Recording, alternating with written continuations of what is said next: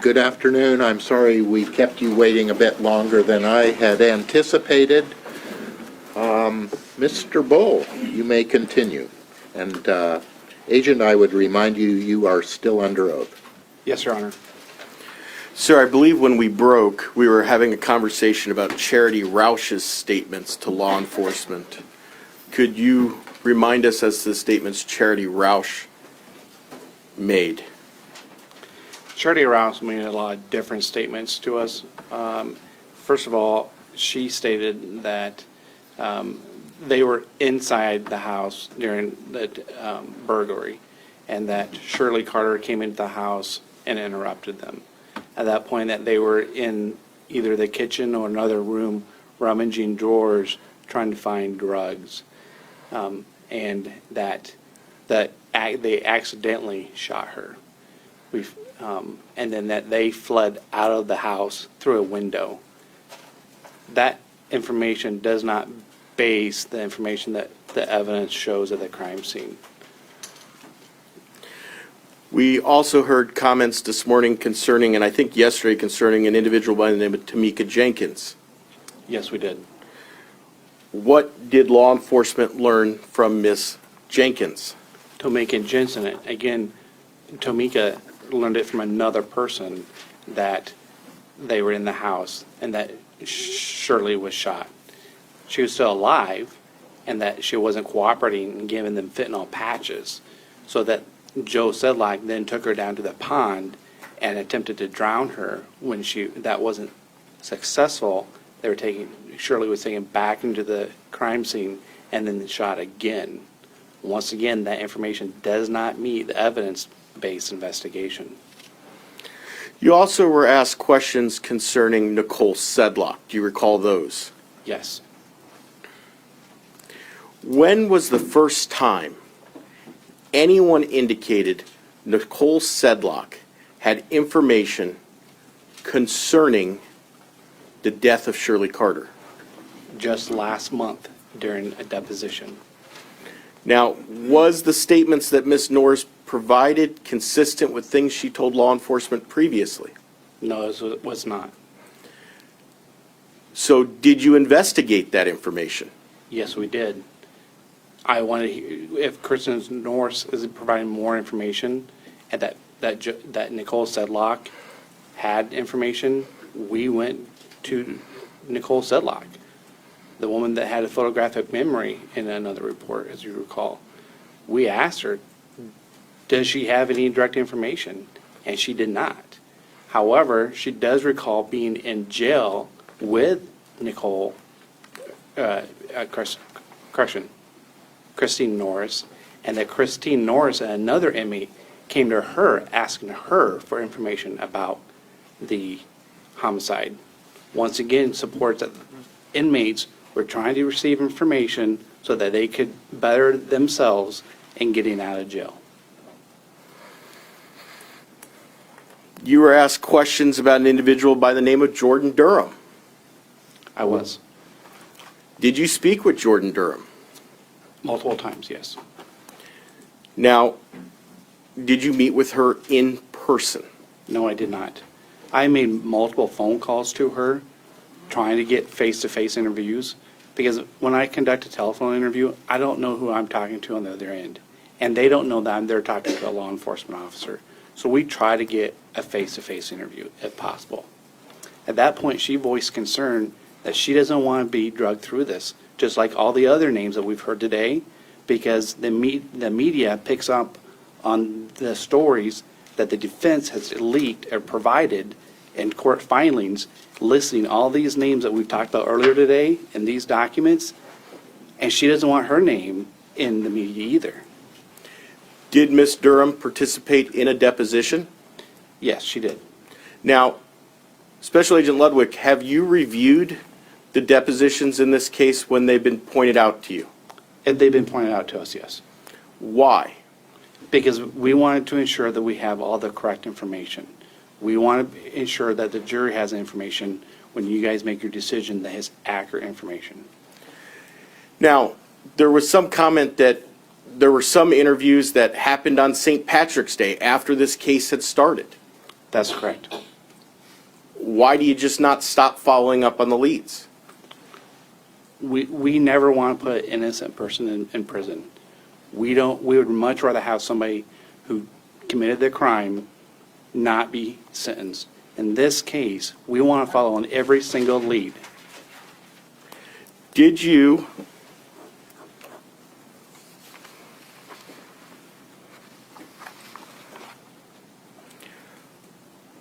at some point follow up with a witness named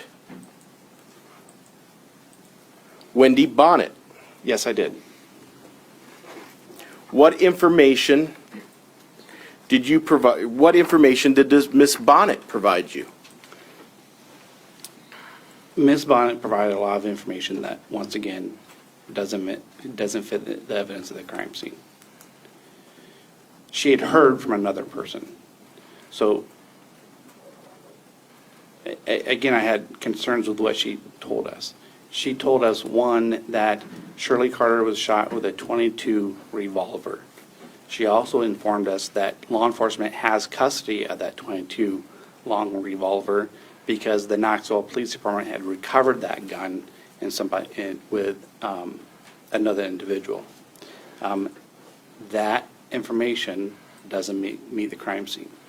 She also told us that Jordan, she's in a car with Jordan Durham, and Joel Followell tells her, and she overhears this phone conversation while Joel is in jail. And it's not really a confession, it's more of statements that she puts together in her own mind that he was talking about killing Shirley Carter. I find that hard to believe because... Objection. Okay. I'll ask another question, Your Honor. Thank you. Sir, you indicated yesterday during Ms. Branstad's statements that you hadn't used jailhouse phone calls before. Do you remember making that statement? I made that statement, yes. Is there some additional clarification you wish to give? Yes. When I understood the question that Ms. Branstad asked me was, have I ever used jailhouse phone calls entered into court as evidence? And I had not, even on this case. While jailhouse phone calls are frequently used in investigations, and if I have individuals in jail or placing phone calls to someone in jail, we want to listen to them. A lot of times we find out that they're speaking in code.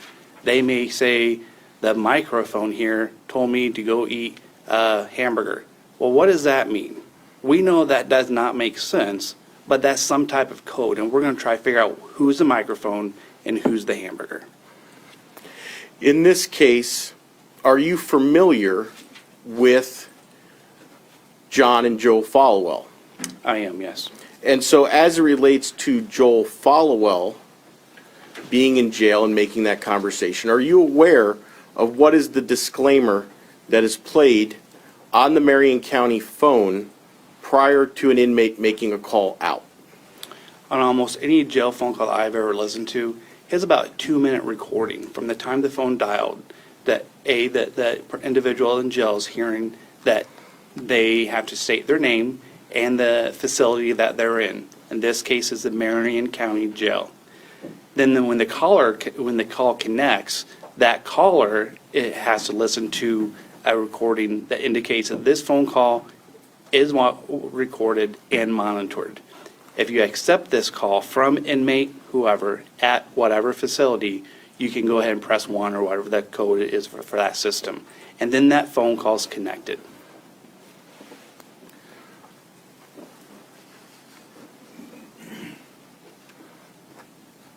We also heard about a woman named Brittany Jans. Yes, we did. Did you speak with Brittany Jans? I did, yes. What information did Brittany Jans provide law enforcement? Brittany Jan's information does not meet the evidence at the crime scene. The information that she had, I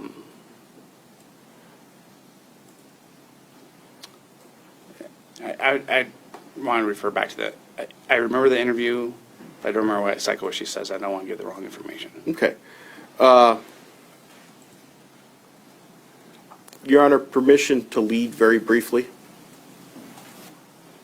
You may. Sir, did you receive information concerning a car being cleaned out? Yes. And if that individual is Brittany Jans, does that make sense? Yes, sir. Can you tell us what you learned from Brittany Jans if that triggers your memory? Yes, sir. Brittany Jane says that she learned from another person that the car needed to be cleaned out and to dispose of a gun. There's no evidence that there should be any evidence in the car. There was nobody tracking through blood at the crime scene. There was no probable transfer of evidence between Shirley Carter and their shooter. There was, she also informed us that the gun, which she described to be not, I don't remember what she says the gun was. I believe she says it's a .270, but she put it in the center console, hidden in the center console of the car. That's not possible because the gun would not fit into that center console of the car. In addition, we heard evidence concerning John Followell at some point working at or for Morris Construction / Roofing. Do you remember those questions? Yes, sir. You answered a variety of questions about who you talked to and what records that you gathered. That's correct. While reviewing depositions in this case, was there additional timeframes that were provided from someone who worked with John Followell at Morris Roofing? Yes. Mr. Flesher, information came to us. Mr. Flesher indicated that he knows John Followell and that John and him did work on a crew, but it had been 5 to 7 years prior to that.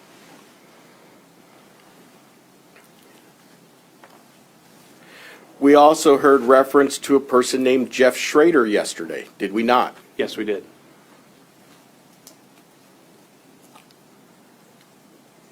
If Mr. Schrader indicated that this was simply a burglary gone bad, does that evidence match the crime scene? No, it does not. We also heard about Todd Farver this morning, did we not? Yes, we did. What evidence did Mr. Farver provide? Mr. Farver calls in and leaves a message to the Marion County Sheriff's Office. And then we conduct another interview with Mr. Farver under a proffer agreement. He was at the time of the discussion in prison and asking for a reduced sentence on a federal charge. The information he provides does not fit what we already knew from the scene. Now, my understanding is that his evidence dealt with a weapon being in a hole in a wall at someone's house. Yes. How did you follow up with that? Detective Kais determined what house that was and talked to Mr. Breeze, I believe was his name. Mr. Breeze was, once again, in this small community of narcotics users and individuals of the Marion County, and he invited Detective Kais in. They went to this bedroom where it is described that this hole, the gun was hidden at, and this hole was covered with heavy cobwebs, and a gun could not fit in there. A handgun could not fit in there, nor could a long gun such as a rifle or a shotgun. Now, Special Agent Ludwick, there has been a lot of questions asked of you that information came up at this time, but the lead wasn't followed up until sometimes years later. Is that a fair statement? That's fair. Can you explain why? As a case agent, I need to triage that lead. When that lead comes in, is it high priority? Is it low priority? Do I need to go have somebody run that lead out right now, or can I wait till tomorrow or next week? We have other cases going on at the same time, and all the leads I felt I triaged properly. Could I go back and change that now? Yeah, some of them. but most of them I would remain the same because the information was not credible that fit. I now want to transition, sir, to this jury previously heard about an unidentified fingerprint being found on the gun safe. Were you aware of that information? I was. If that fingerprint belonged to Joe Sedlock, John Followell, Joel Followell, Matt Camrick, Rory Pearson, or anyone else in the state of Iowa who'd been convicted of a felony or certain aggravated misdemeanors, would it still be considered an unidentified fingerprint? No, it would not. Why is that? Because of the identified fingerprint on the back of the safe, Anna Young, the criminalist who identified that fingerprint, she entered into the into APHIS. And APHIS is a national database that tracks fingerprints of the known convicted felons and aggravated misdemeanors. So all these names that we've talked about just now, they're convicted felons or convicted aggravated misdemeanors. So their fingerprints are already on file.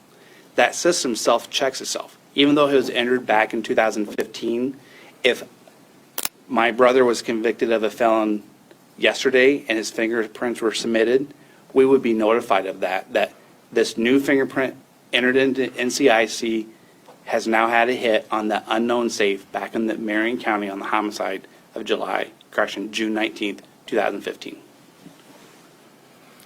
Sir, you also were asked questions about alibis, were you not? I was, yes. And can you tell this jury you know for certain where these people were? Do you remember those questions? I do. Are you able to state with certainty where most people in Marion County on June 19, 2015 were? No, I cannot. Why not? Well, most individuals, it's hard to go back and where were you at 2 weeks ago, 2 months ago, 2 days ago? Now, a lot of individuals have jobs, so I can go back and say, well, Mr. Bull, where were you at on January 8th of 2019? Mr. Bull has a job that he is accountable to, and he may know, going back on his calendar, I had these certain appointments, I had these court proceedings, I believe I was on the record in a courtroom with a court reporter. A lot of these individuals we talk to don't have phones. A lot of these individuals that we talked about don't have jobs. They have no responsibilities. Some of them don't even have residences. They surf couches from couch to couch, and they don't have permanent residences. So it's very hard for them to come back and say, at this time on June 19th, I was at this location and I was with this person and this person and this person. Sir, has there been anyone during the investigation of the death of Shirley Carter that provided information that was consistent with what you found at the crime scene? Yes, Who was that person? Jason Carter. What information did he provide that's consistent with the crime scene? Your Honor, I will object. This is outside the scope of my examination. Overruled. Sir, what information did Jason Carter provide that's consistent with the crime scene? Jason Carter knew that, Dad, look, your house has been attempted or tried to be robbed. Jason Carter knew that, Dad, go downstairs and see if any of your rifles went off. Jason Carter knew that it was a rifle that shot that refrigerator. Jason Carter knew that it was Dad's rifle used to kill Mom, and furthermore that rifle has been removed from the crime scene, amongst others. Thank you, Special Agent. Pass the witness back. Ms. Bramstead. Let's just go through a few things. Joel Followell was on your radar and was known to you in July 2015, correct? That's not correct. Look at Exhibit L5.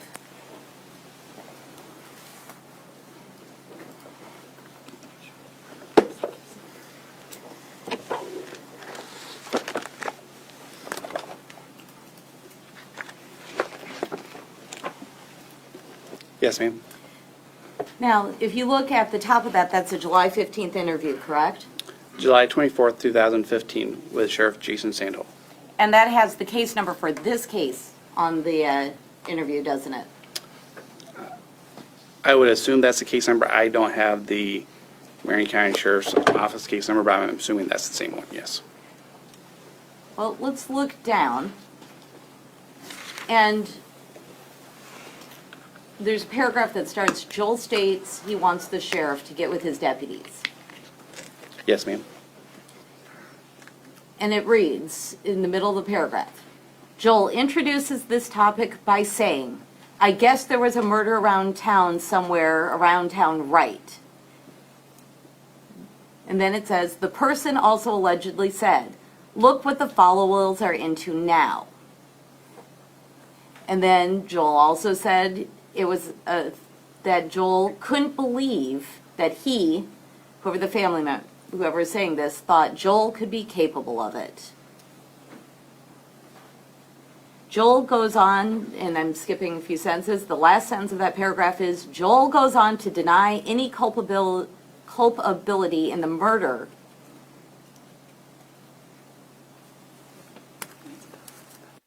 And within that same report, starting the next paragraph, he tells the sheriff that he has a past violent history. Is that correct? To include assaults and domestics, Yes, but that he would never murder anyone. exactly. That's what he says right within that report, correct? That's correct. And to correct another matter, you testified that Jason Carter's attorneys provided the media with documents. It was actually that they filed documents in court and then the media picked up those documents, correct? I'm not sure how that went through, but I don't believe it was sealed, no. You don't know, I don't know how that works. okay. Now, you made some statement that Jason Carter didn't tell you about getting gas. This was at the same time as he got water and a donut, correct? Yes, that's correct. And he said, I went to Casey's and I got water and a donut. Correct? Correct.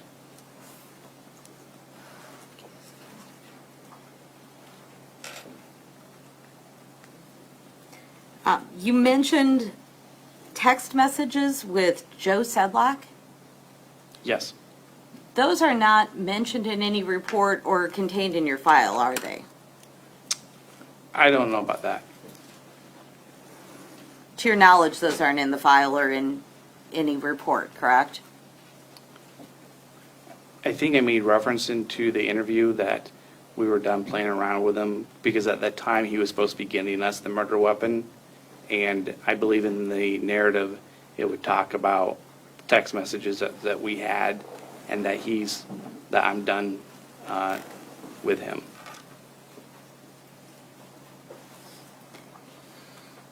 Okay. Now, you said you first learned about Nicole Sedlock. Now, let's clarify. The first interview where Nicole Sedlock is mentioned as having knowledge is October of 2015 with Joe Sedlock, correct? I know Joe Sedlock brings up his wife on my first interview with him, which was September 3rd, I believe, of 2015. And I call him out on how can you know this information and not share it with his wife? And he tells me that he wasn't going to bother her with it. And I felt that, well, And it was October of 2015 that there's a statement that she would have knowledge. I believe that is correct. And then Angela Johnson attempted to contact law enforcement in 2016. That's correct. And Angela Johnson is the one who later said that she learned about the murder from Nicole Sedlock. That's correct. And she was interviewed just this past Sunday. So if she had been interviewed in 2016, you would have heard Nicole Sedlock's information. It's just that she wasn't interviewed until into this trial. I don't know that, ma'am. Well, Angela Johnson, in her interview this week, said that she's had this information since 2016, when she tried to contact law enforcement, correct? She did contact our headquarters, and she never reattempted to contact us, so that's correct. Well, she left a phone number when she contacted headquarters. I believe she did, yes. Now, Joe Sedlock said that the information about the gun came from Jason Beeman, didn't he? When I interviewed him, the information he had at that time, it came from Joel Followell. He said, he gave an interview in which, and perhaps it was the second interview, but still in 2015, in which he said that he got information about the gun from Jason Beeman. That could be. And then Jason Beeman wasn't interviewed until 3 years later, correct? I believe that's correct. And let's talk a little bit. You said, Charity Roush said that the Followells and Joe Sedlock went out a window. She said, or a door or something, correct? I would have to refer back to the audio. Is it Don't know. is it possible that she said, or a door or something? It is possible, yes. And that was not part of the, there was a little difference in how sure she was about the things she was talking about. That was one little part where she said it was a window or a door or something in passing, that she heard that they ran out quickly. Is that correct? I don't know, ma'am.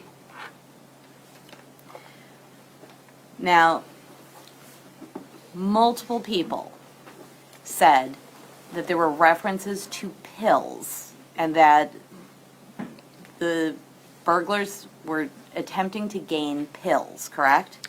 That's correct. Pills and fentanyl patches. And that was never in the media, was it?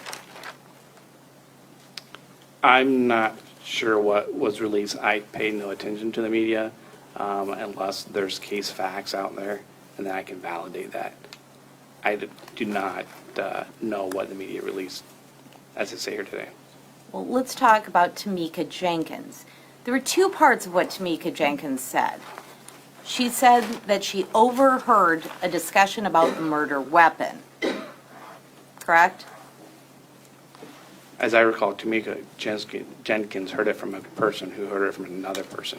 So it's double hearsay. But if you want to refer me to their report, I'll Well- look at it. Well, let's do that, because there are two aspects of this. I believe that's B6. B6. What?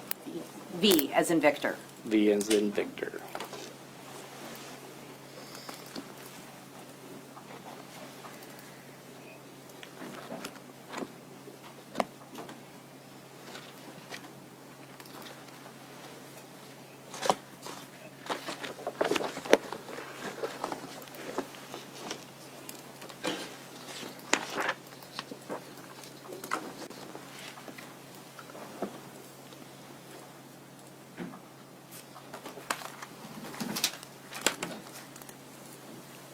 Tamika Jenkins says she heard Jason Beeman say they won't find the gun.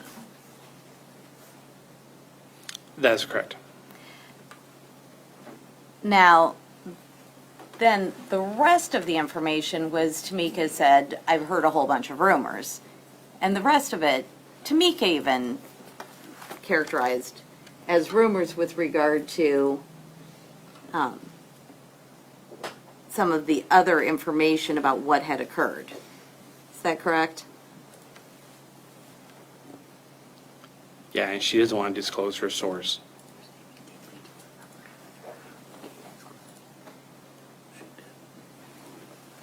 And let me just back up to Angela Johnson. That actually came directly to you with a request to follow up with Angela Johnson, didn't it? No, I did not. She called her headquarters and talked to her receptionist. And she was also told to contact the Marion County Sheriff's Office or the Marion County Attorney's Office. Would you look at tab 32?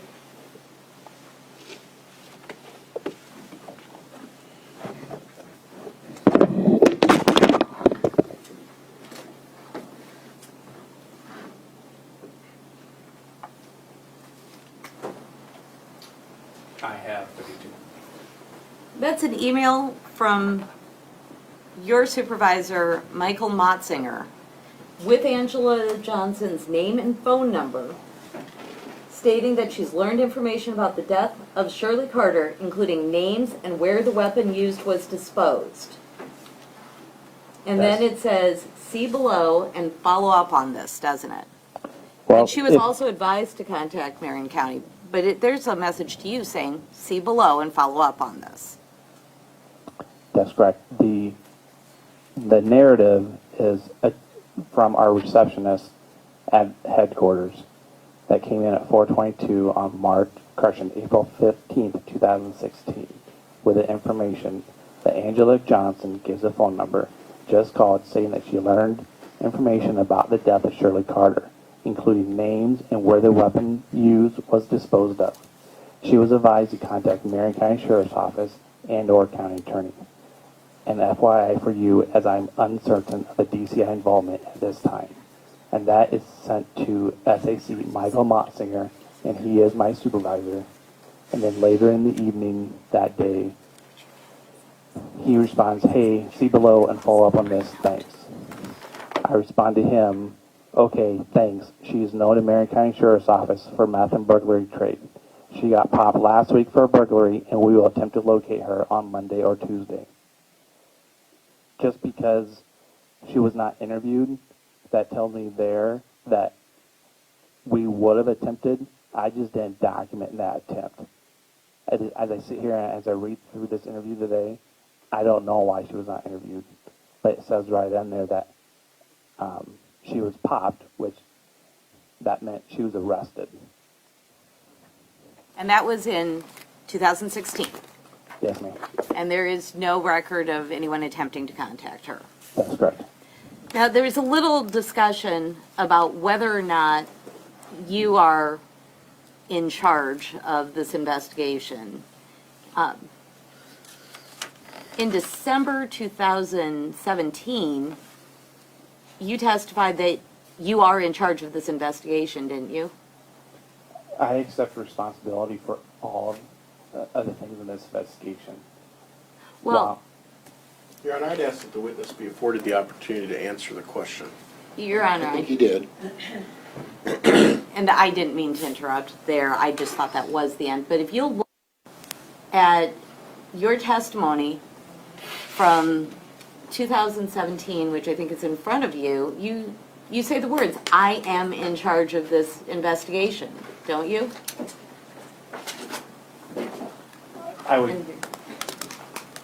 I ultimately accept responsibility for this investigation. What one are you referring to? Well, may I approach the witness? You may. Get this. I don't have it December 17, 2017. Your Honor, I believe we've knocked the microphone off. I don't know whether or not you want us to fix that or... I- Oh. Thank you. Your Honor, may we approach? You may.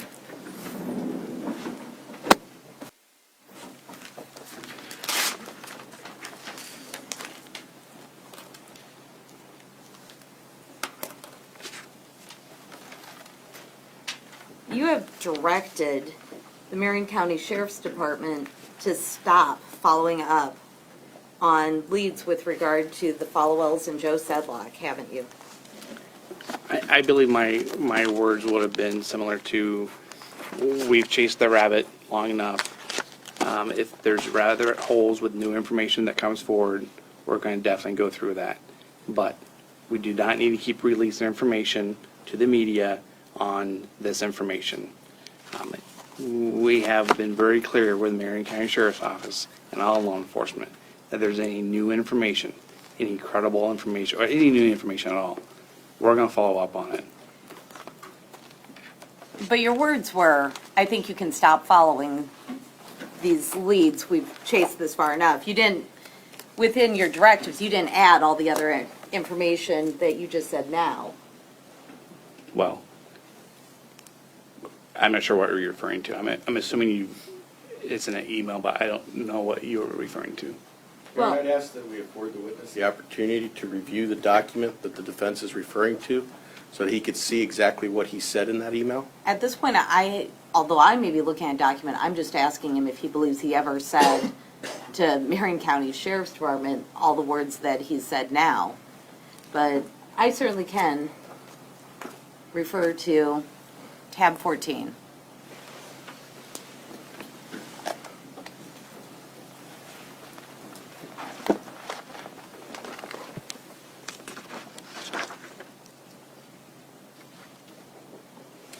Tab 14 appears to be a partial email because it's a response, and I don't have the full email.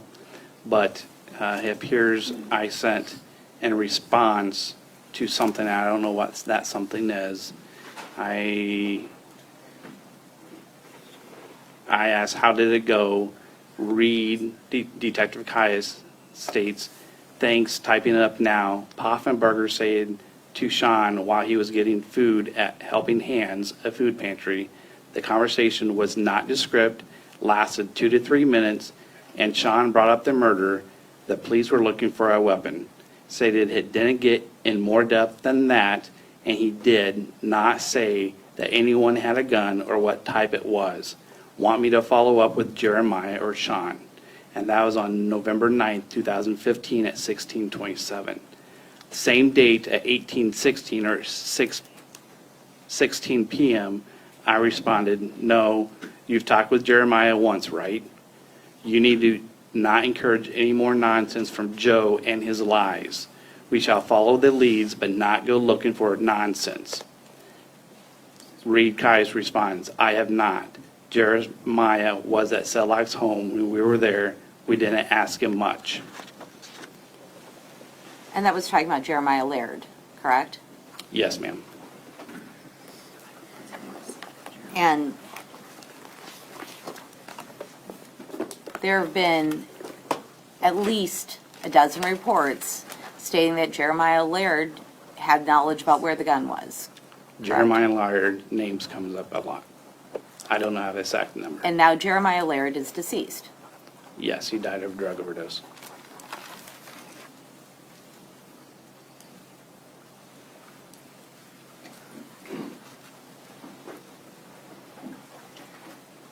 Now, I'm going to switch gears a little bit here. In testimony earlier, you stated that Jason Carter pointed fingers at Michael McDonald. Jason Carter actually said on June 19th, Michael McDonald wouldn't know my mother and wouldn't know where this house is. On June 19th, didn't he? I believe he does say something to that effect, yes. And his name is only brought up when the question is asked repeatedly. Can you think of anyone who has any grudge? No, he pointed that finger at Michael McDonald very early on.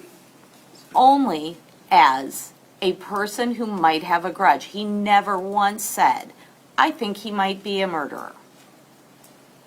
I was produced a letter from the law office my first few minutes of being on the scene, and he pointed to him right away as this is an ugly, heated land dispute. Have you listened? Yes.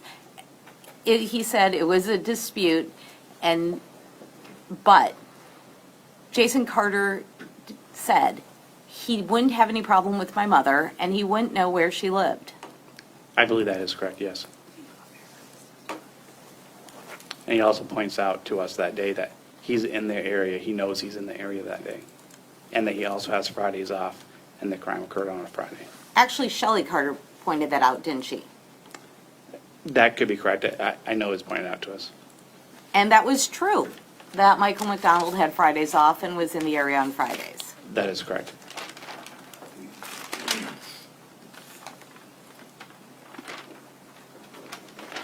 Now, let's talk a little bit about Jana Lane. There was discussion about what, telling a witness the truth and if you have to, but may I approach the witness? May.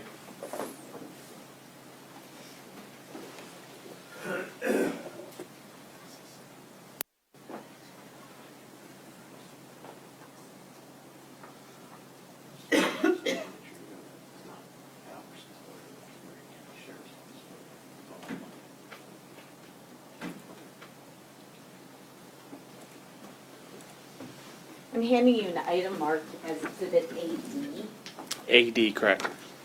Does AD show the bullet in the same position as is shown in other photos depicting the crime scene on June 19th, 2015? Yes, it does. This is a close-up of the bullet in the lip of the door, and when you compare it to the original photograph taken on the day of the crime, June 19th, it appears to be in the same position. I offer Exhibit AD. No objection. Exhibit AD is admitted. Your Honor, at some point, I'd like to double check. Mr. Robinson, who's been in charge of our evidence, indicates he believes that's already been admitted, but I'll need to double check.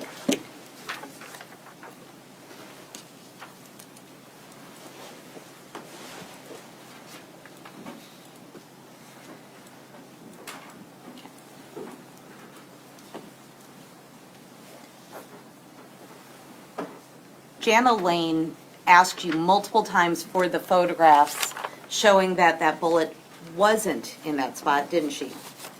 That may be true. I'm assuming that occurred on Monday, the 22nd. And I would not show her that photograph, I'm sure. I know in my mind that Janet Lane was a suspect. Even though she's on alibi in a different town and we have her on video, at that point, she has a lot to gain by her mother and father's death. So I was still concerned, was she working in conjunction with Jason Carter? Because we knew at that point of the phone call to Jana, which just did not make sense to me. So I was not comfortable on ruling anyone out on Monday, the 22nd. Well, Jana Lane continued to ask for those photos for weeks after your discussion on January 22nd. I'm sure she did, and I'm sure I denied her that request. But at no point did you tell her, oh, by the way, that bullet was in those photos. For weeks, that was not revealed to her, correct? I'm not sure at what point I did, or if I ever did. I believe I had a conversation with her because I trust Janet Lane. I feel for her, and I felt at some point she needs some closure. I wanted to make sure she knew I did not Your purposely Honor, lie to her. at this point, I'll ask that we refrain from narrative answers. My question was, you didn't tell Jana Lane that you were wrong about the bullet being in the door in the photos for weeks after your discussion with her on the 22nd, correct? I'm not sure at what point I told her I was wrong, but I definitely told her I was wrong, and I apologized to her. I don't know at what point. It would have been weeks, if not months, because I wasn't comfortable that she wasn't in cahoots with Jason Carter. And you were aware on June 22nd, or June 26th, I'm sorry, on June 26th, that Jana Lane thought that you were implying that Jason Carter had planted that bullet. I don't know what Janet Lane was thinking on the 26th. Well,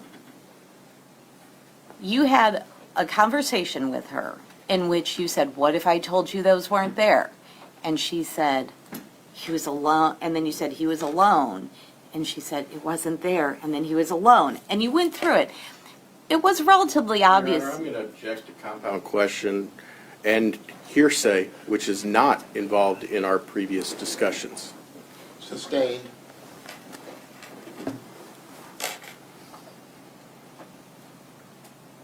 Would listening to the audio of your conversation with Jana Lane help you remember how that conversation went? Your Honor, I'm going to object to relevance, Your Honor, as ultimately it still comes down to a hearsay statement when we get done with him listening to it. Your Honor, And I think this area has been thoroughly explored, Ms. Branstad. I think the witness has acknowledged the delay and the reason for the delay.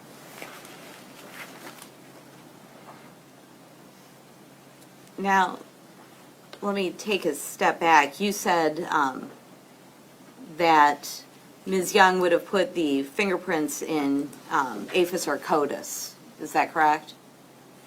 APHIS is for fingerprints, CODIS is for DNA. Okay. So, do you know when those fingerprints were put into APHIS? That'll be reflected on her report, and then APHIS automatically regenerates a new search. Well, my question is, do you know when that occurred? I would refer back to her report, which has been submitted to this court and to yourself. Well, in July of 2018, or was it June? In July of 2018, you gave a deposition. Is that correct? Yes, I had 2 days of depositions back in July of And at- 2018. At that time, you mistakenly said that CODIS is the national database of known latent prints. Is that correct? I think I did reverse the two. APHIS is for fingerprints, and that's a national database. CODIS is a national database for DNA. And at that time, you weren't sure what the status of that, whether that print was in APHIS, correct? I believe I did testify to that. That's something that would have been automatically, I believed at the time, would have been automatically done when we have an identified fingerprint, but I just didn't know the date or when it was done, and I wanted to confirm with the criminalist that it was done. Once again, I don't want to testify to anything knowingly wrong in this case or any case. Now, let's be very clear. It's just an unknown print, not necessarily a fingerprint that was identified on the safe. I would refer back to that report of the criminalist. Well, if it is a print, that could be the side of a hand. That's correct. It could be the side of a finger. That's correct. And those may Could be not, a toe to print also. yes, and those may not show up through APHIS. That's correct.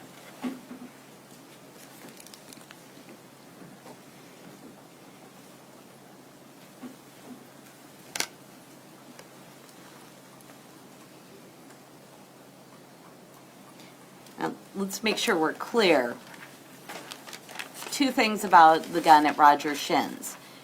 You don't know if Roger Shin had other guns, including other 270s, within his house. Your Honor, I'm going to object, asked and answered during the first direct examination this morning. Your Honor, I think that it may have become unclear during the continued examination, so I just want to clarify. Your objection's overruled. So there may have been other guns within Roger Shin's house, including other 270s, possibly. Roger Shin had lots of guns.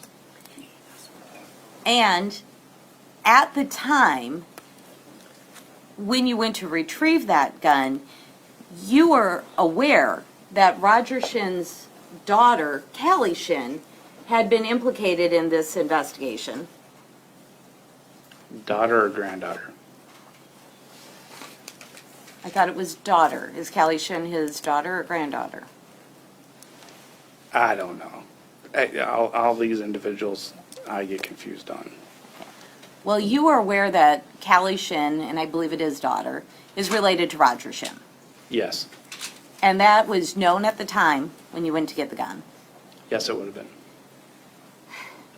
And you certainly could see that if Callie Shin was involved, Roger Shin might have motive to protect his daughter. That's correct. And you took Roger Shin's word that the 270 he gave you was, in fact, the gun you were looking for. Yeah, I had no probable cause to go into his house. I had no probable cause to take any of his guns. He gave those guns on consent. Well, you didn't even ask if you could look at the other guns, did you? I don't know that to be true.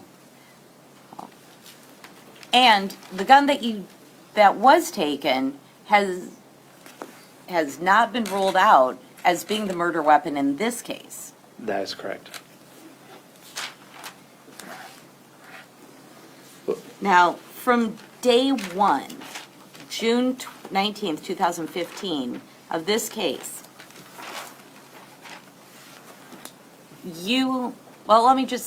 I'll just cut to the chase. On day one, June 19th, 2015, you laughed when you heard Jason cry. When you heard Jason Carter cry. I don't know, it's very possible. Well, take a look at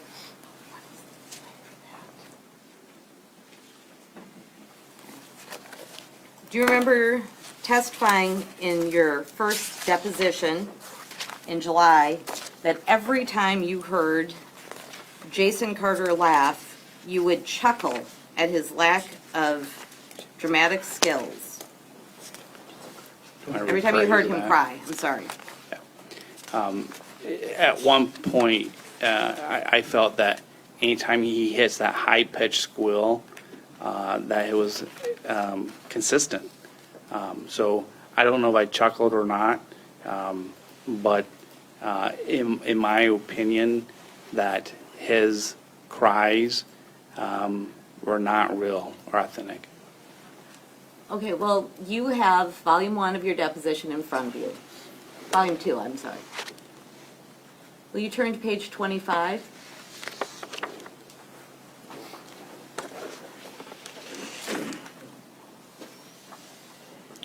Volume 2, July 11th, 2018. Yes.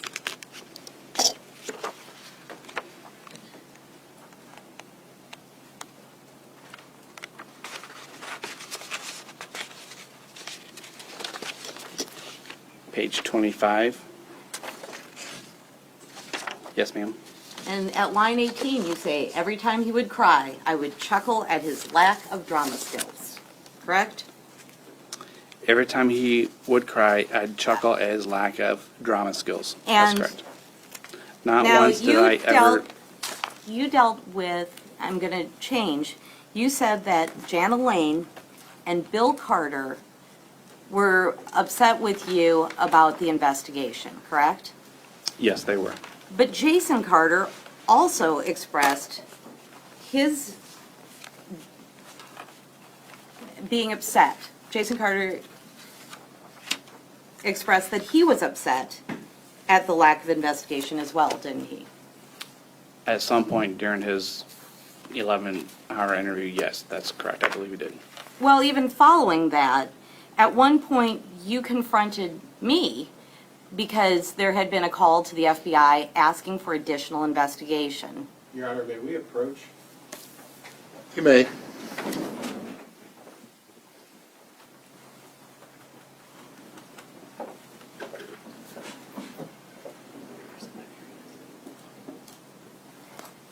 Ms. Branstad, you may proceed. Jason Carter made a number of requests for additional investigation, didn't he? Jason Carter? Yes. Not that I recall. Well, Jason Carter was the one who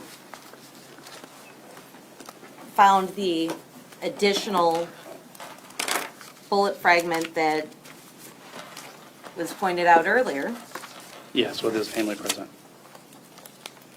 Jason Carter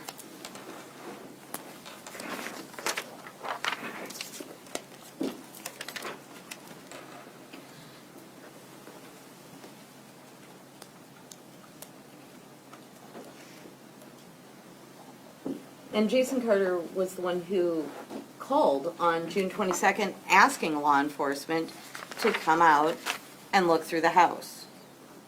Again, wasn't he?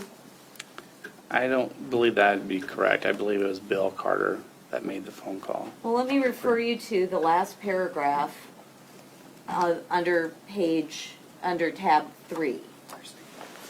I mean, the last paragraph of the first page. Of what? Under tab 3. Tab 3.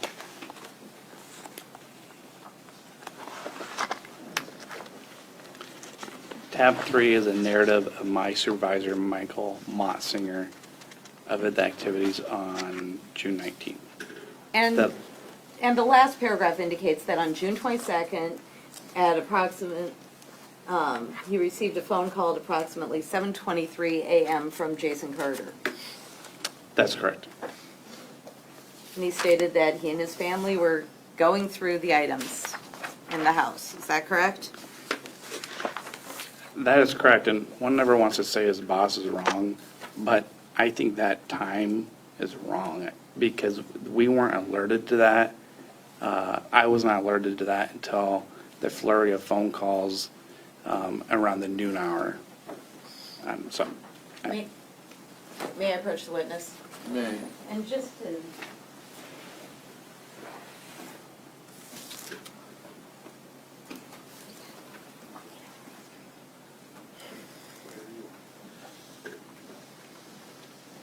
I'm handing you 2 items marked as AE and AF.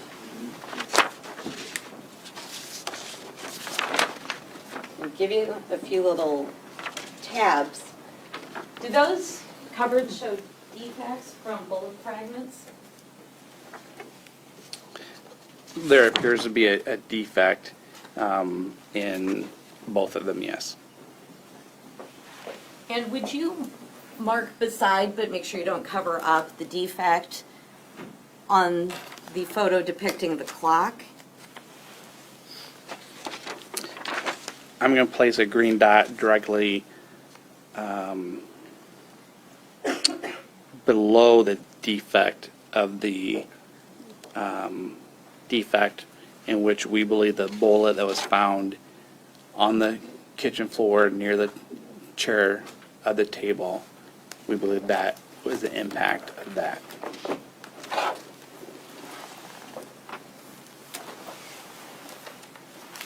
And then will you, on the photo depicting both the drawer and the cabinet, do you see two defects there? I see a defect, and there may be another defect, but it's not a good quality photograph. Is that the area where Jason Carter stated he found the small bullet fragment? As I recall, and I did not document or photograph the area that he dug it out from, I believe it was the side, not the actual drawer itself, but the side wood. And I think I see a defect, but I'm not confident of that. Will you place a green dot where you think you see that defect? I'm going to place a green dot just to the right. Is actually going to be placed on the refrigerator, but I'll put it level with what I think the defect is. And that was Exhibit AF, and the prior time you did it was Exhibit AE, is that correct? Yes, Your Honor.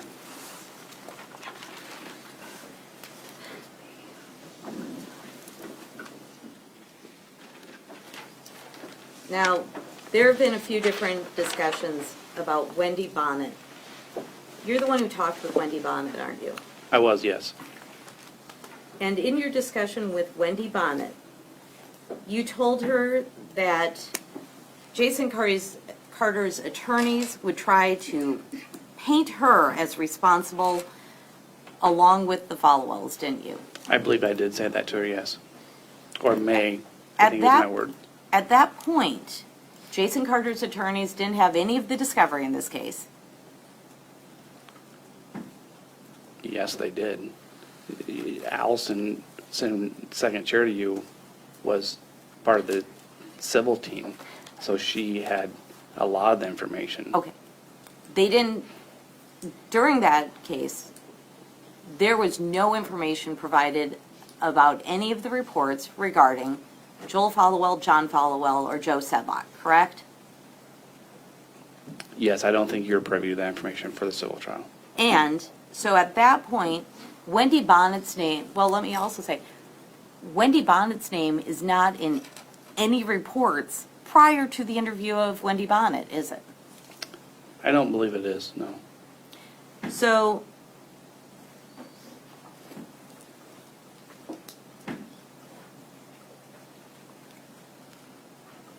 there's no reason to tell Wendy Bonnet that the attorneys are going to try and pin responsibility for death on her, other than to get her to stop talking, is there?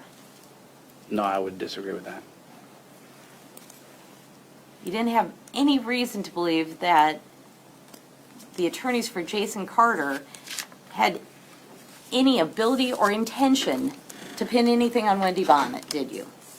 I believe you and I had also had many discussions prior to that interview with Wendy Bonnet, so that would be a concern that I would have.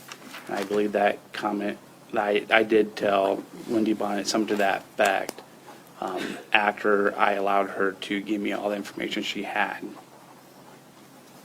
You're not saying that Jason Carter's attorneys, including me, had any knowledge of Wendy Bonnet, Joel Followell, John Followell, or anything about any of that at the time when you talked with Wendy Bonnet, are you? I don't know what you or your private investigators had. I just know that you guys had just been investigating just as much as we had at that point. So I don't know what you guys had told her. But again, I just want to clarify, you don't have any reason other than knowing that we were trying to investigate to believe that anyone was going to try and pin anything on Wendy Bonnet. I would agree with that statement, yes.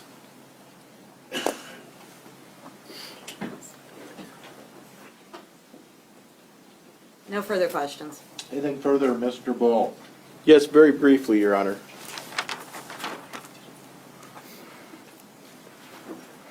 Sir, you were asked some questions concerning whether or not you chuckled at what I think you described as Jason Carter's dramatic skills. Is that a fair statement? Yes, sir. Have you watched the interviews of Jason Carter in this case? I have, yes. Jason Carter ever shed a tear? Not once, never, until this courtroom. Does he rub his eyes quite frequently when it appears his voice is raising? Yes, he does. Is that also supported by individuals who knew him at the who were there at the crime scene, such as Lori Goff and Brad Kaufman? Yes, that's correct. Objection calls for hearsay. Not related to the questions for which hearsay is admissible. Sustained. The jury should disregard the witness's last answer. You were asked questions concerning Mr. McDonald and where he was or what he was doing on June 19th, 2015. Were you not? Yes, I was.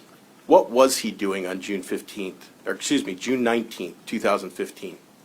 He was posting flyers of the property that he was selling, that Jason Carter had previously rented for years. And he was posting those at various businesses in the area. And you were asked again about Roger Shin and the weapons. Roger Shin voluntarily gave you a .270. Yes, he did, and we had no probable cause to take it. That is not a bolt-action rifle, is it? No, it's not. You were pointed out that it cannot be excluded. Do you recall that question? I do. Again, if that weapon was the one that was used, what would that mean? Nothing. Why? Because we could have a, Objection, Your Honor. Calls for a conclusion. And, Your Honor, it's an improper opinion by this witness. And Sustained.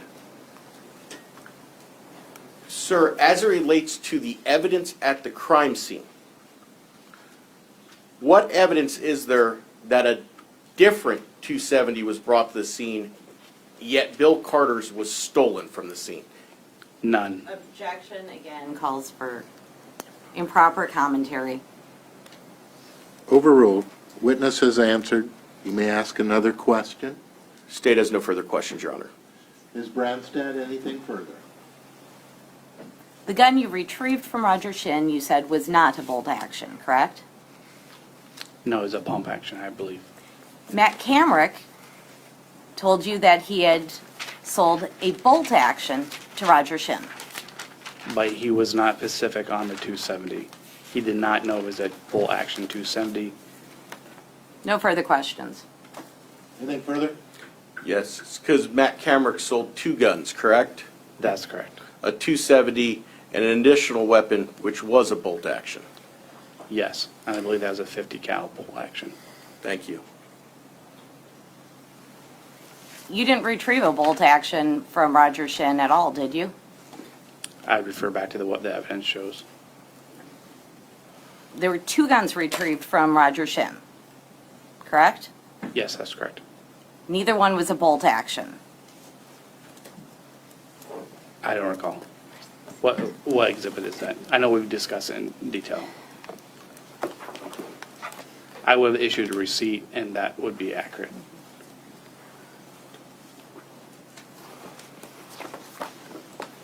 Exhibit 12.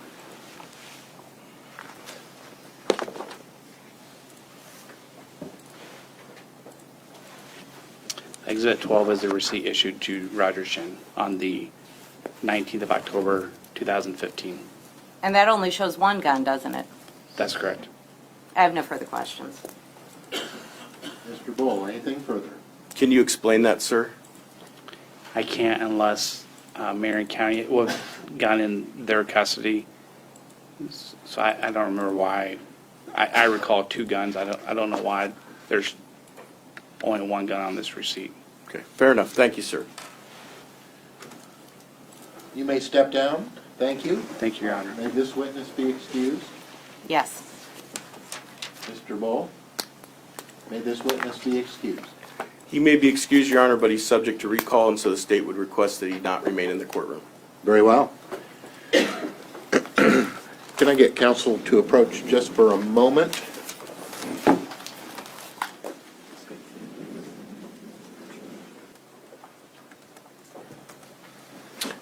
Further evidence on behalf of the defendant. Your Honor, the defendant calls Bart Howard. Good afternoon, sir. If I can get you to raise your right hand, please. Do you swear to tell the truth, the whole truth, and nothing but the truth? I do, Your Honor. Please be seated.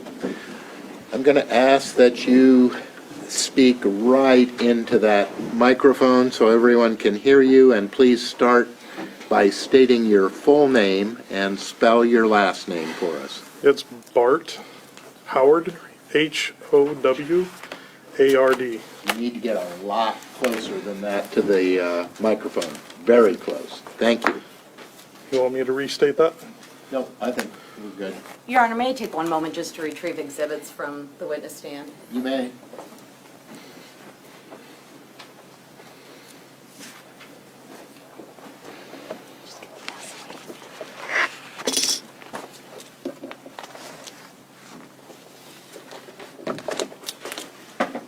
Mr. Howard, you need Yes. to get your mouth right up like this. Right here? Yep.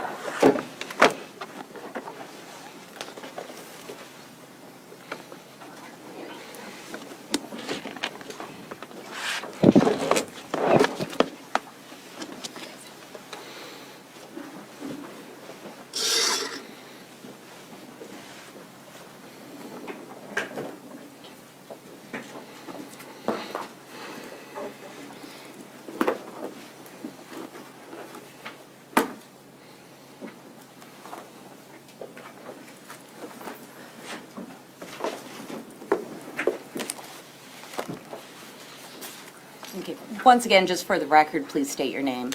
It is Bart Howard, last name Howard. And what is your occupation? I am a licensed private investigator in the state of Iowa. And in this case, were you asked to drive a route from Cargill to Heberlin Farms and from Heberlin Farms to the to 132 Perry Street? That is correct. Now, were you actually the driver in that case? In that? I those- did not drive at any time during the actual trials. Who was the driver? Jason Carter. What were your instructions for those test drives? Instructions were to videotape from time we left Cargill all the way back to the Carter farm at 132 Perry. And were there instructions for the 3 different test runs? Yeah, we were testing basically 3 runs. We were testing at the speed limit as fast as possible and the rate of speed at which Jason remembers traveling the day of the incident.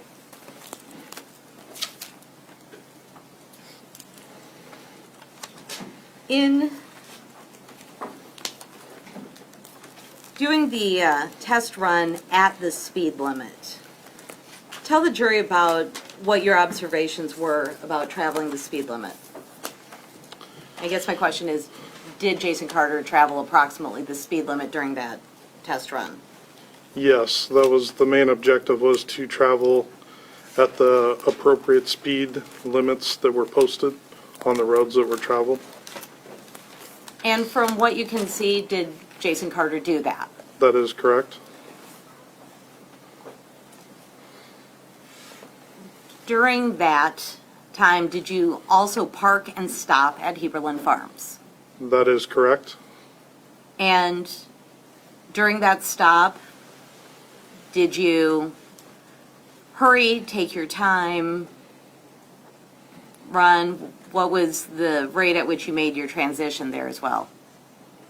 When we did these test runs, I told Jason, I said, we need to reenact the day, the incident to the best of your ability.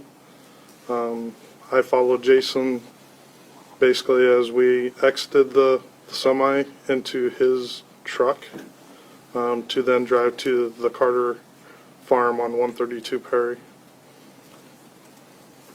So, what was the total time for the test run at the speed limit? At the speed limit was 1 hour, 3 minutes, and 41 seconds. And that is from departing the gate at Cargill to arriving at 132 Perry Street. That is correct. On the trip that you said was the time that Jason estimated he took on June 19th, 2015, again, did you try and approximate the amount of time that Mr. Carter would have taken on that date? That is correct. What was the total time from leaving the gate at Cargill to arriving at 132 Perry Street on that day? And you're asking reenacting the day of the actual incident? Yes. 1 hour and 40 seconds.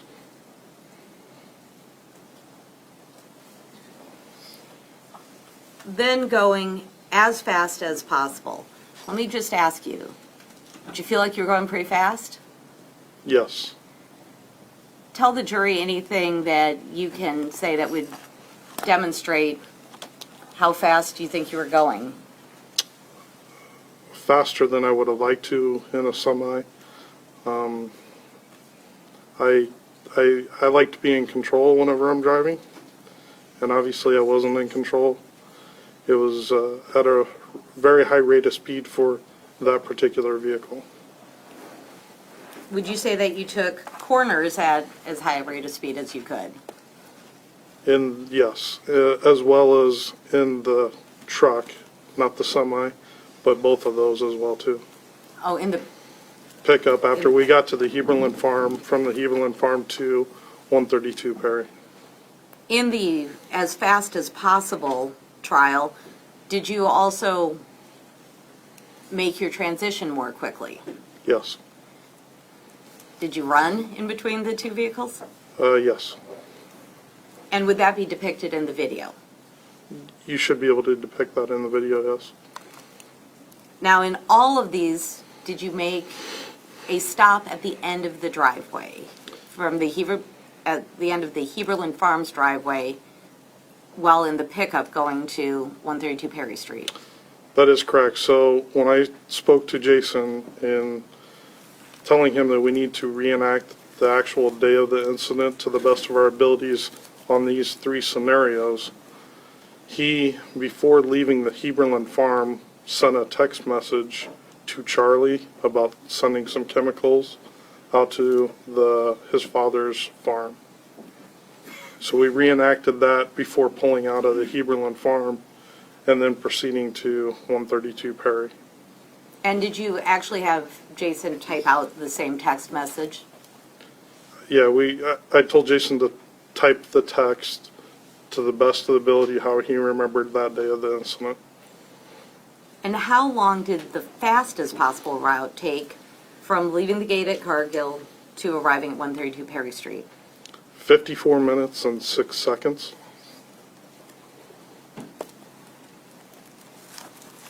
May I approach the witness? May.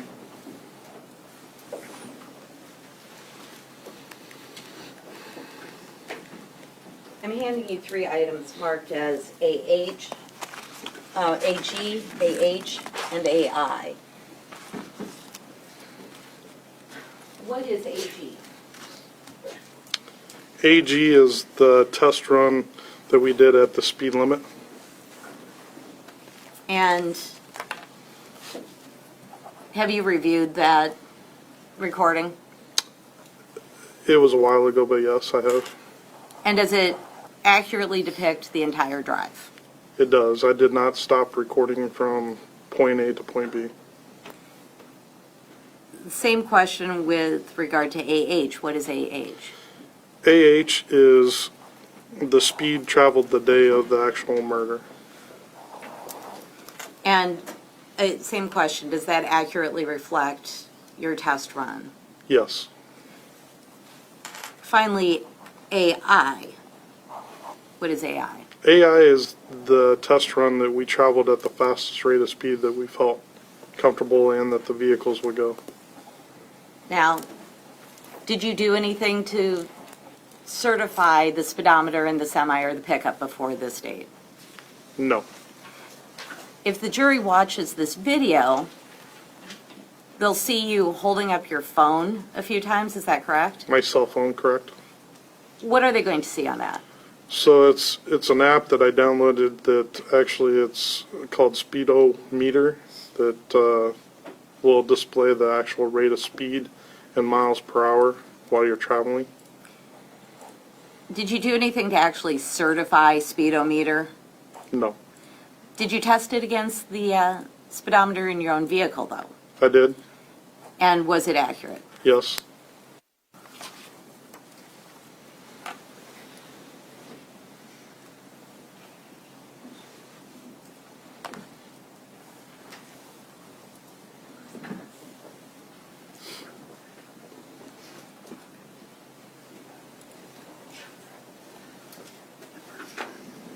Your Honor, I offer exhibits AG, AH, and AI. No objection.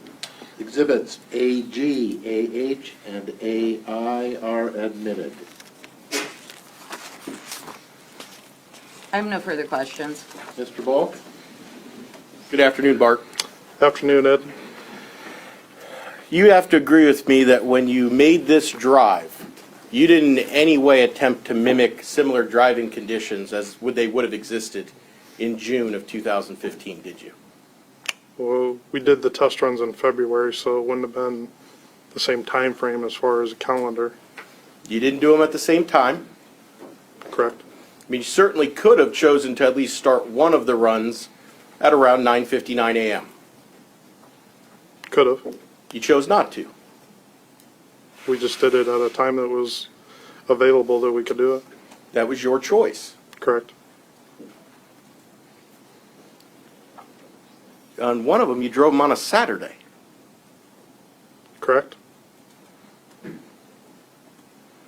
You could have chosen to drive them both on Fridays, correct? Sure. You chose not to. Sure. You could have chosen to record the video with audio. Could have. That would allow the jury to hear acceleration and deceleration, right? You would heard a lot of noise. You could have heard acceleration and deceleration. I'm sure you probably could have. You chose not to. Sure. You could have used a dual camera system.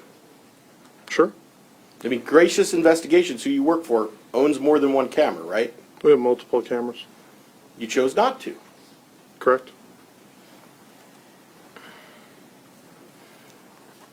Now let's talk about the speeds. If I understand correctly, you drive into Heberlin Farms and then you wait.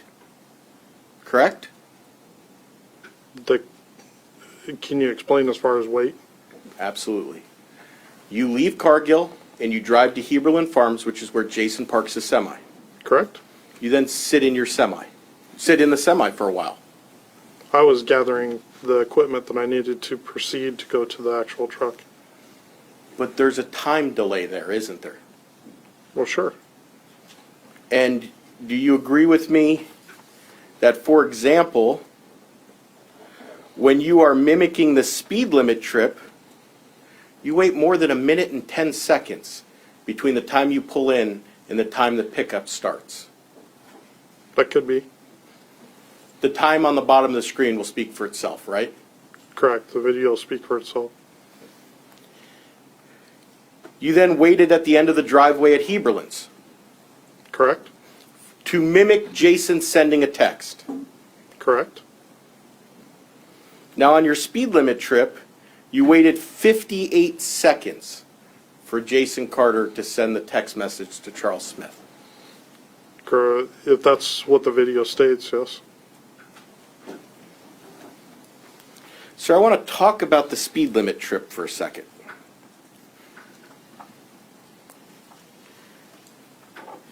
You pulled into Heberlin's 47 minutes and 7 seconds after Jason Carter's semi leaves Cargill, didn't you? If that's what the video states. You don't know? I know what the total time is. Well, what I'm trying to figure out is Jason Carter, in interviews that this jury has heard, said he didn't send the text message to Charles Smith until 10:55, right? If that's what he stated. So if his text message says 10:55 and he asserts over and over again it's sent at the end of the driveway, if Jason Carter is driving the speeds the way he said he was, he would have had to wait almost 8 minutes at the end of the driveway, right? Objection calls for speculation. Overruled. Witness may answer if he can. If that's your calculations, not my calculations. Well, let's watch it. Okay. Your Honor, permission to play clips of the defense exhibit. You may. May we have a moment to set up? You may.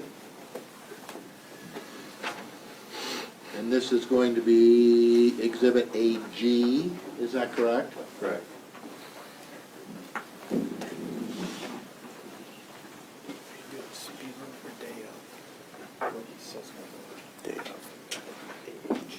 Your Honor, I believe we have all 3 times, the beginning, the middle, and the end of all 3 clips on one, if that makes sense. I recognize the defense has offered them as AG, AH, and AI, but for the purpose of this demonstrative, they're all 3 in one video clip. But I'll make sure the witness understands that we're not misleading the jury in any way.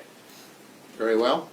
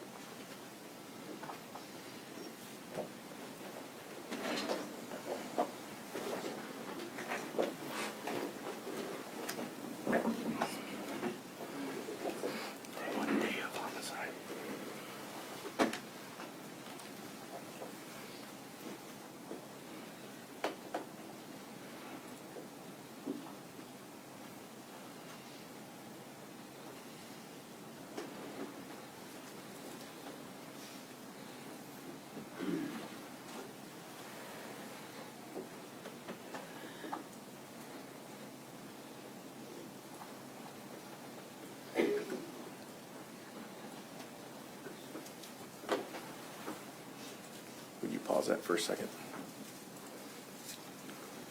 So, sir, would you agree with me that this is the 11:37 clip that is advertised to be day of the incident speed? February 16th would be the day of which Jason Carter believed to be traveling that day of the murder. And if we back this up to the beginning, just so we're all on the same page, it's starting to roll out at about 11:37:12. Is that correct? You're talking about leaving Cargill right there, correct? Yes, you would agree with me. Yeah, it was further back, but yes. Well, this is the start, correct? No, we started at the gate. Okay, fair enough. So how much time do you want me to add? I don't know without looking at the actual video that was recorded. Okay, fair enough.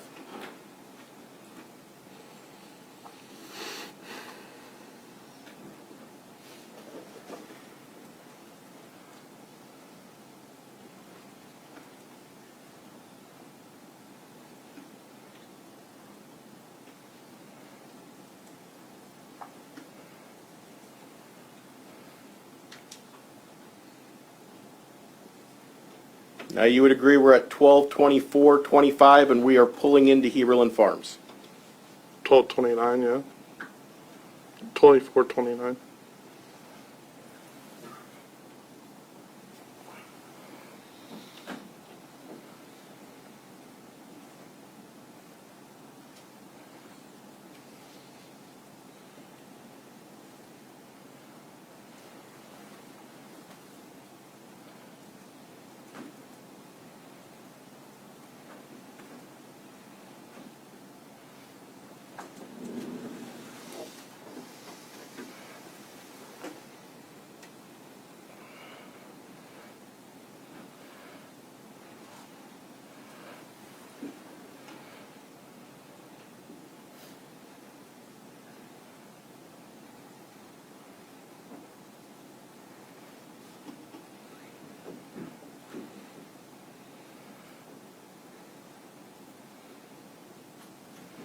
So now we're at a minute between when you have gotten there and you're not yet at the pickup truck, correct?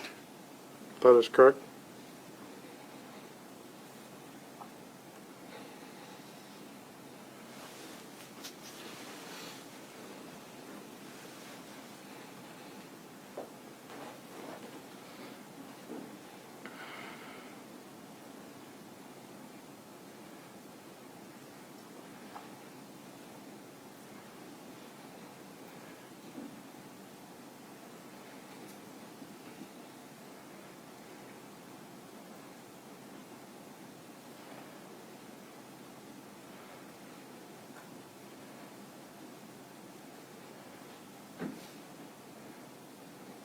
Hit pause, please. So now we're at 12:26:22, correct? That's what it says on the screen, correct?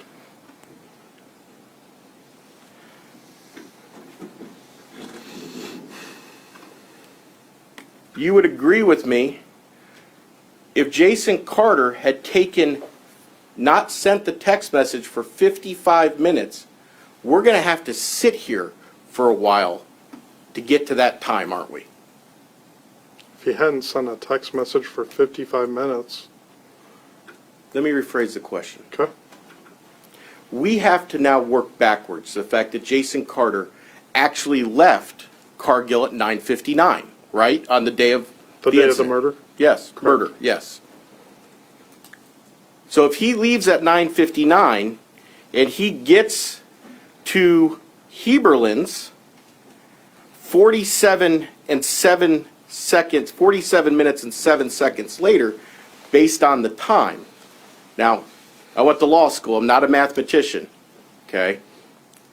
We're going to have to sit here for about 7 minutes to mimic Jason Carter not sending that text until 10:55, aren't we? Correct. Hit play.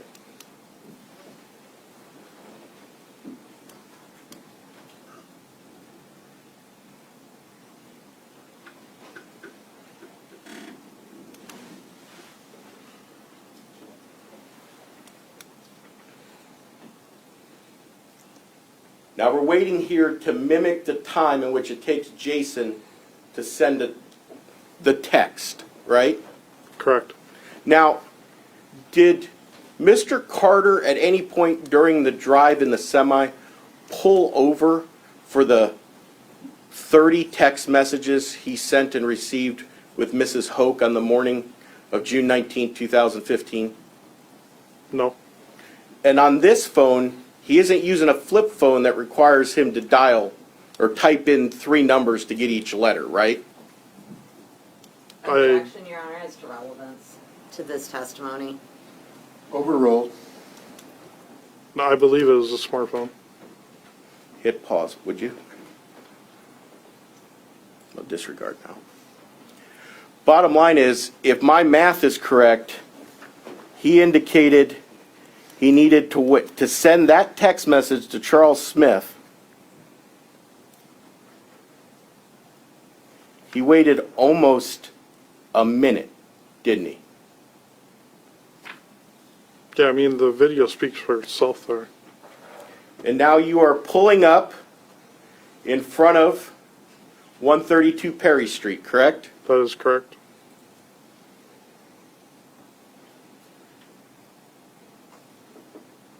That's our driveway at 12:37:26, right?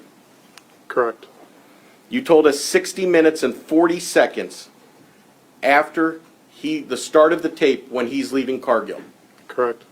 with the time for switching vehicles and the time to send the text built in. Correct. So if Jason Carter left Cargill at 9:59, he's arriving at his parents' house at 10:59 and 41 seconds on that morning, based on this clock, right? That would be correct. During this drive, did Jason Carter explain what he was doing for 8 minutes before he called his sister? No. Now, you also drove it quickly, correct? You're talking at a very high rate of speed. You drove the quick route, Correct. didn't you? We drove the same route every time. We drove at a very high rate of speed. Just so the jury understands, because they'll have a chance to watch the entire video. Sure. When you say very high rate of speed, periodically you hold up your phone Correct. and you show 73 miles per hour. There was a variety of different speeds. Tell the jury what the fastest speed you were going. I believe it was 73. It might have been actually more higher than that. So when you sit here and you talk about it was such a scary rate of speed, you were doing 73 and a 65. I never said scary. I said it was at a rate of speed that I did not care to travel. Now, when we crunch the numbers on your fast speed, you would agree with me, on your fast speed, you waited 59 seconds in between the time in which you pull into Heberlin's and you get into the truck. That's what the video would portray that. And again, you then waited 45 seconds at the end of the driveway. The video, if that's what the video portrays. And if he was driving the fast speed, he gets to 132 Perry Street before he sends a text message to Charles Smith, doesn't he? Objection, Your Honor. I don't think that there are any facts and evidence for this witness to answer that question. I'll rephrase, Your Honor, Argument. if I may. You may. If Jason Carter left Cargill at 9:59 and it took 53.4 minutes to drive the entire trip. Now, I know you told the jury 54.6. They'll have a chance to watch the video, but let's just use your numbers. 54 minutes and 6 seconds. He has arrived at his parents' home before he sends the text message to Charles Smith, including all the artificial time you added, right? Again, objection as to when the text was, I think that's a fact not before this witness? Overruled, the witness may answer if he can. Ed, and I really don't know when the text message as far as time was sent Well, let to me Charlie. ask it as a hypothetical. Okay. Hypothetically speaking, if the text message sent to Charles Smith was sent at 10:55 or 56 minutes after he left Cargill, if you're arriving there between 53 and 54 minutes, Jason Carter has a minute at his parents' home even before he sends a text message, right? If those numbers are true, correct. Pass the witness. Ms. Branstad, any further questions for this witness? Just to clarify, when you went around the corners on the fastest trip, did you feel, well, just describe for the jury, what was it like when you went around corners on the fastest trip? Well, in the semi, it's, if you've never been in a semi, or I guess lack of better terms, driven a semi, I never have driven a semi. I've ridden in a semi multiple times. This just did not feel safe at the rate at which we were actually traveling, taking corners. The truck sounded horrible going at that rate of speed as well, too. Now, this video was just done in February of 2019, correct? That is correct. And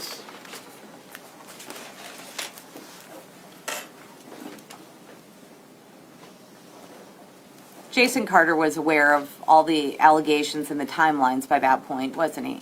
Yes. Did you, from your observations, at any point get the feeling that Jason was trying to go slower or change his timeline? Objection, speculation. Witness may answer if he knows. No.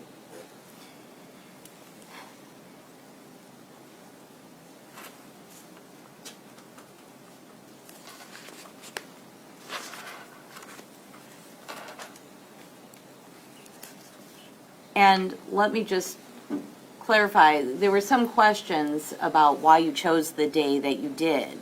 Did you wait until the roads were clear? That is correct. There had been some snow before that, hadn't there, that delayed doing these trials? Yeah, we had planned on trying to do it prior to the time that it was actually conducted, but due to weather, we were unable to.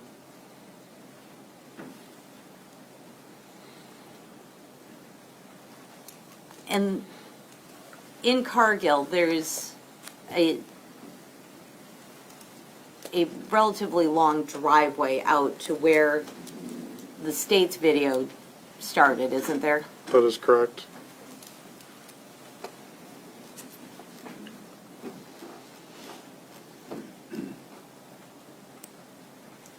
And just so the jury knows, because the jury will get all of these DVDs, do you at any point stop filming, cut, or in any way alter your video from beginning to end of each of these trials?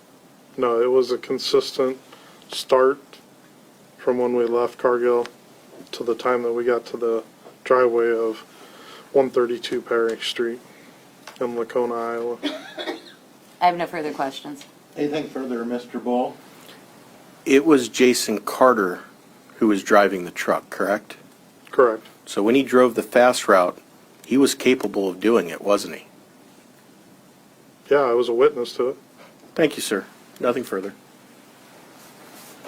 Thank you, sir. You may step down. Thank- May this witness be excused. Ms. Branstad. Yes, Your Honor. Mr. Bull. Yes, sir. You are excused, sir. Thank you very much. Thank you, Your Honor. Ladies and gentlemen, I think we're going to take our afternoon recess. We'll be at recess for about 15 minutes or so. Please remember the admonition I have given you repeatedly during this case. Keep an open mind. You've not heard all of the evidence yet. Don't discuss the case with anyone, including among yourselves. We will see you back in about 15 minutes.